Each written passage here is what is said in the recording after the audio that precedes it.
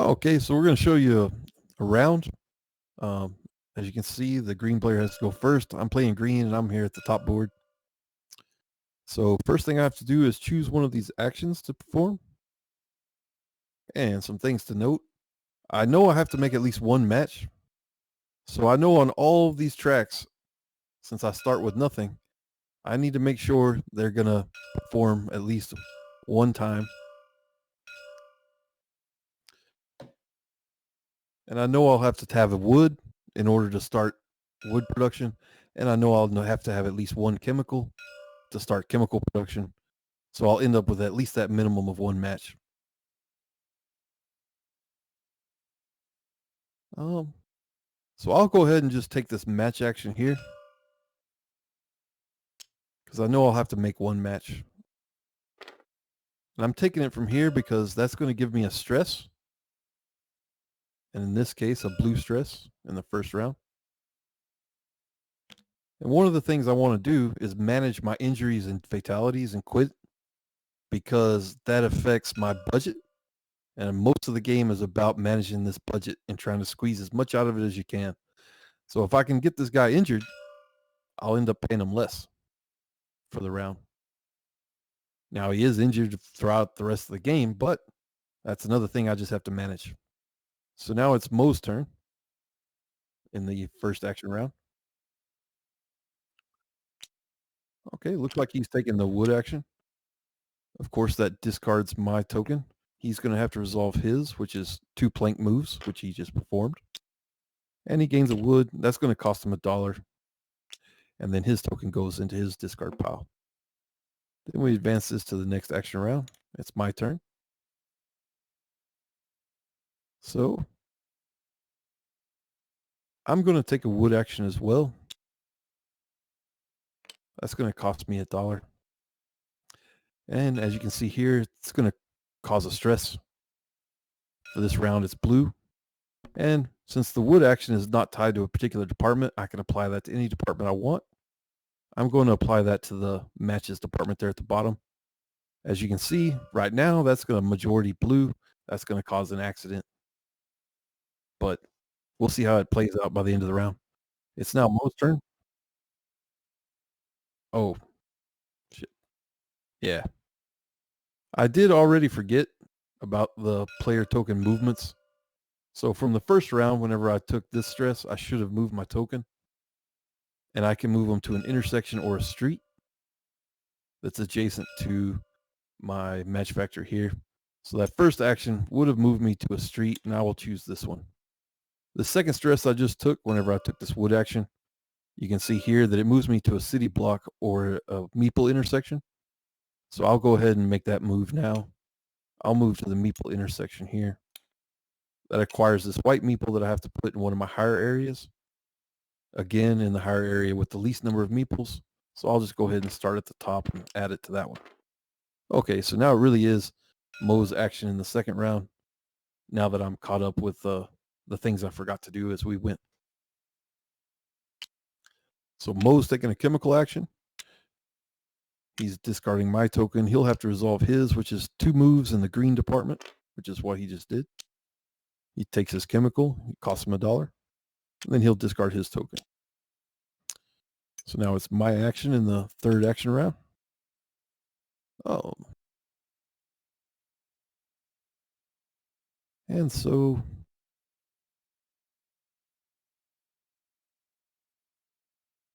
I'm going to take the red plank action here.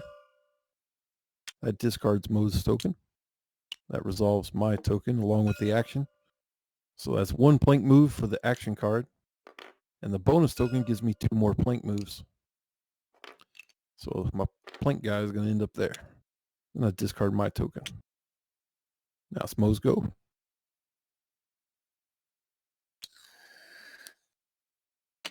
So he's taking the white phosphorus action. Discards my token. His token moves his match meeple twice. And then the card says white phosphorus once. Okay. So now we move into the next action round. I will take the action on the splint card. I'll discard Mo's token. I'll resolve my token, which is a single move in the yellow department.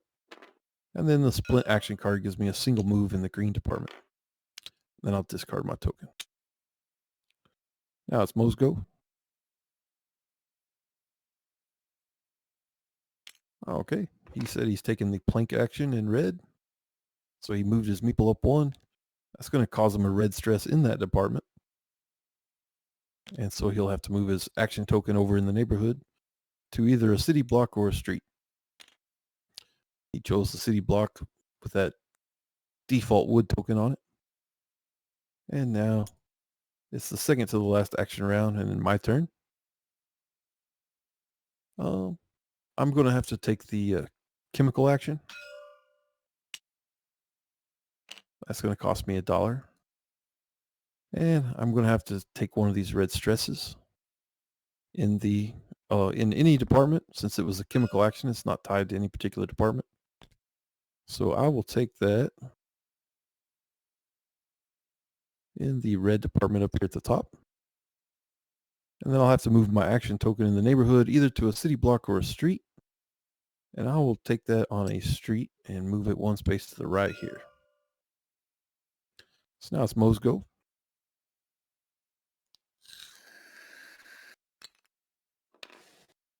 He's taking planks. Took his red stress. Has to move his action token to either city block or a street. He chose the street and went to the right. Oh, okay.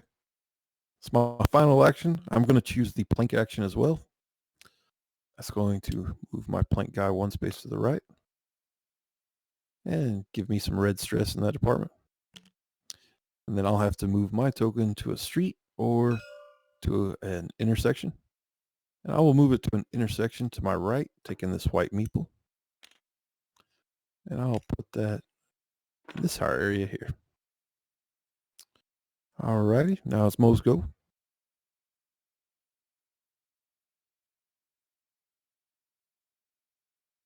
He's taking another plank action. Raises his plank meeple. Takes his red stress in the plank department and moves his action token over in the neighborhood. And he's choosing the street token. And as you can see where his token is, it's on a street. Therefore, there are no adjacent moves to go, so it'll stay put. Okay, that's all of the action rounds or action turns in this first round. So now in player order, green then yellow, we set off all of our departments and manage everything. So here in the department A,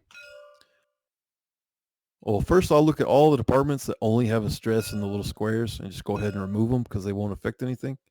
But right now, everywhere I do have stress, I have 2, so the stress will come into play. So going to department A, first he uses 1 brown, and it's only ever 1 brown, and he'll make 2 red cubes. So I'll add those to my storage. Now I deal with the stress. Majority is red, and as we can see, that means he's going to get quit. So as you can see, quitting means I don't have to pay him. Okay, going on to the next department. Oh, and I can remove the stress now that it doesn't matter. Department B.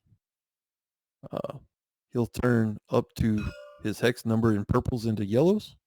So in this case, 1. So I trade in my 1 purple I had for 1 yellow. I owe him $2. 1, 2.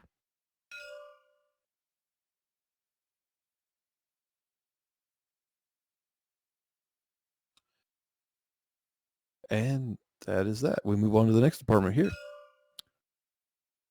This department uses up 1 red, and it's always only 1 red, and makes his hex number in greens.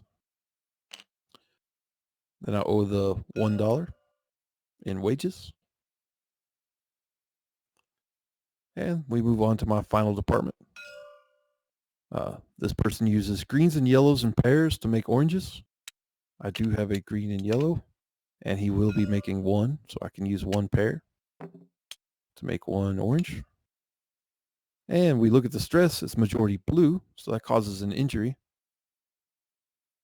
So we lay our meeple down. And we owe him half rounded down, so half of 1 rounded down is nothing. So I end up not having to pay that person. And finally, we resolve our matches for the round. The round required 1 match, which I did make. So I do not instantly lose because I made the requirement. I trade in my match, all my matches I trade in for victory points. Then I'll look here on my calculator. I make extra victory points based on how much money I have left over. 5. That's 5 more victory points. Clear out my calculator. And I made 1 match, so I'll look at my action token. For bonus tokens that I'm adjacent to, I would have to take 1 if I qualified for it, since I made 1 match. But if your intersections are not adjacent to any of the tokens orthogonally, so I don't have to take any. One thing I did miss in the teaching video earlier is at this point, any of my meeples past the first space would drop down 1, but all my meeples are on the first space. They don't drop down to 0 in this instance. But had this meeple been further along, say he ended there, you would drop him down 1 space. Oh, okay. So now it's Mo's go. Mo looks at his all of his departments to see if there's only single stresses there or not. So he'll deal with the red department. So he trades in his 1 wood for these 3 reds as depicted there. He then sees that his stress is going to cause the meeple to quit, so he does not owe him the $3 and places the meeple in the out of area section. Moving on to the yellow section, that'll trade in a number of purples, which he only had 1, for yellows. And then he owes the person $2. Looking at the green section, trade in a single red for a number of greens equal to this hex number below him. And then that person requires $2 in pay. And then moving on to this orange section, he can make up to 2 matches, but he only has 1 yellow to make them in pairs of greens and yellows. So he'll only make 1 match. So he'll take his orange, but he does owe the full $2. Okay, finally, he'll trade in the 1 match and any leftover money for victory points. So that'll be 3. And he did make his required 1 match, so he doesn't lose. And then he clears out his money. And then he has to deal with any tokens he may qualify for over here in the neighborhood. He made 1 match, so he has to take at least 1 token. He can always qualify for the wood, but he could also qualify for this one because he does have the green that's depicted in his storage. So he'll take a wood, put it in his discard pile. Okay, finally, in any departments that doesn't have workers, I have to hire back up. And so I have to take 1 out of the area with the least. So here comes a child laborer. And that, okay, and Mo also needs to drop down by 1 space all of his tracks, which he just did. And now we're ready to prepare for the, oh yes, he does hire someone in the red area. And now we'll prepare for the next round. So you'd clear off these. You would flip this board around so that the other player is the new start player. Reset the token back. Advance the round token. And randomize the different colors of stress for each action round.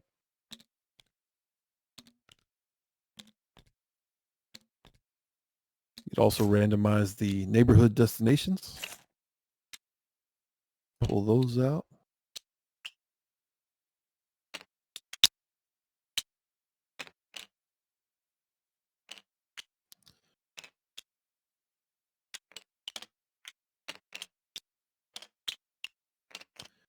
And finally, we'll set up the action cards for the next round.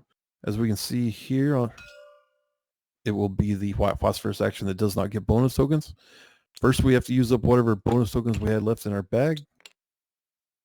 That one's flipped over wrong. There we go. And then once those run out, we will put our discards back in the bag, randomize them, and put out the remaining ones we need to put out. And now Mo's ready to go. Oh, we need to put out these little guys here.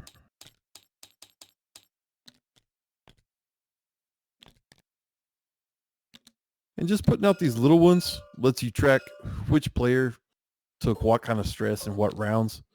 As people get more advanced, they may want to see kind of, what they could have done if they ended up getting a loss for the round, what they took and when. Oh yeah, we also have $10 for this round, so I'll set mine to $10, and that'll be my budget for round 2. And then we're all set for round 2. You keep whatever's in your storage. As you can see, I have a red. Mo has 2 reds and a green. You don't have to, if you ended the round with purples or browns, you don't have to continue paying. You only pay for those whenever they first come in. And that's about all there is to it.